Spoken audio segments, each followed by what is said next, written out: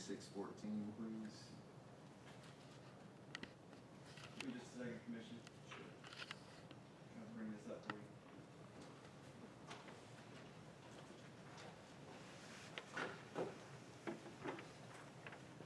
There we go. The case before you is being brought to Mr. Ray Holding, Mr. Rodney Henry, into the survey. As you see the property here, a little over 8.5 acres along Wisenbaker and South Main Street, Lake Park Plateau Road. It's currently split zone M1 and RA. The property has been used historically as a sawmill with a few minor company-related businesses by Mr. Holding and Sons. The request is now within two property to unify the zoning on the particular property and allow the actual use of the sawmill in its proper current ULDC designation. The property is currently zoned M1 RA, as said, in the future land use fixed as rural residential. As you're reminded, the comprehensive plan is being updated, and this is one of the we're looking to change. Anticipate this area going to a much more industrial future land use, given the zoning pattern for this area in particular. That being said, property is within groundwater recharge, but there are no wetlands on this particular piece of property. Like I said, has been used as a sawmill historically for many, many years, even helped during relief by the Angeline as the collection site. So, with that being said, TRC recommended approval of the following two conditions, and they're stated here. Any proposed commercial industrial entrances off of Wisenbaker, which is the northern road, which is currently county maintained, shall be paved from the entrance to South Main Street. The developer will be responsible for design, acquisition right-of-way, relocation of utilities and construction costs for the paving to the South Main Street entrance.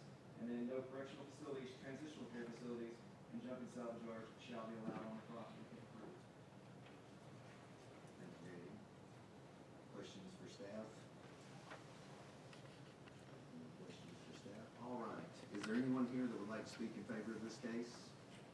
Step along, sir. Please state your name and address, please. My name is Ray Holding. I have two addresses, to the business or my home? Either one's fine. Okay. 6808 Wisenbaker Road South, Lake Park. I just wanted to kind of add to what the road thing, I don't quite understand and don't know if y'all are aware, but I made a deal with DOT back when they were 4-lane.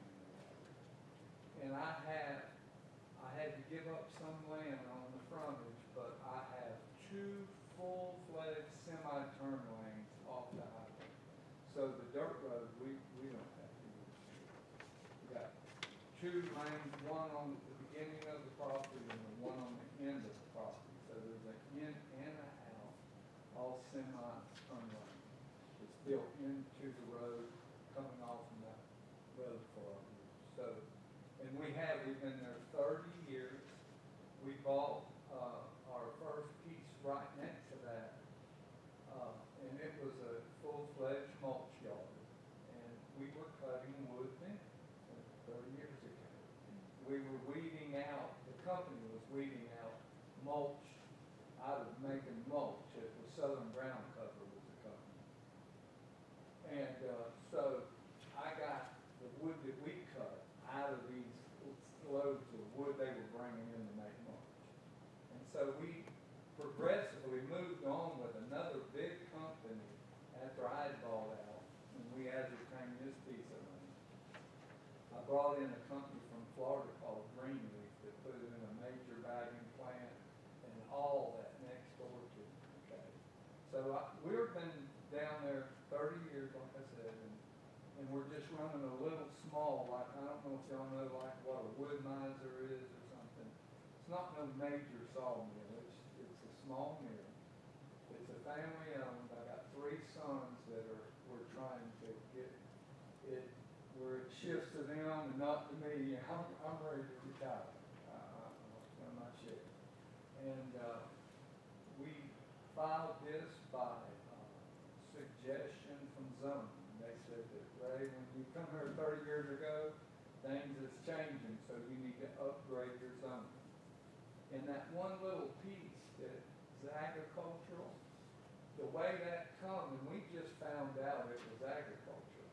we own the triangle that was all M1, okay? And, when I sold the property next door, I owned that too, I sold it to, Greenleaf. They had no highway frontage, just a gate, and that was it to the whole company. So they traded me out double the amount of land, like 3.5 acres for an acre and a half on the highway, so they would have plenty good access to their manufacturing facility, which was a mulch manufacturer. So that happened by accident. The land that I traded was already M1, but I didn't know the back word that we traded for was not M1, and zoning just brought that up to us. So they suggested that we come and try to get this rezoned. That's what we're doing here today. And, we've got plenty of business and everything's fine besides just keeping our stuff straight. That's what we're trying to do. Yes, sir. Were you aware of the paving requirement? No, because I don't think they're aware that we don't use that road for business. And I would ask for that to be striped if it did, because we have two, that little dirt road's not good for semi, loads of logs or anything to come in. That was part of my argument with DOT. I said, look, y'all wanna take that strip of land from me where I can't have access, you gotta give me some terminal. You have no reason to use Wisenbaker Road. No, zero. We've got two full-fledged semi-turn lanes, which allows us to come completely off the road into a turn lane, The decel. on both sides of our property. On the beginning, the side that Michael owns there, and the other side of the road. Both turn lanes are, I've actually got a layout where we talked it over, me and DOT, and they brought me a print of how they would do it, and that's how we made a agreement.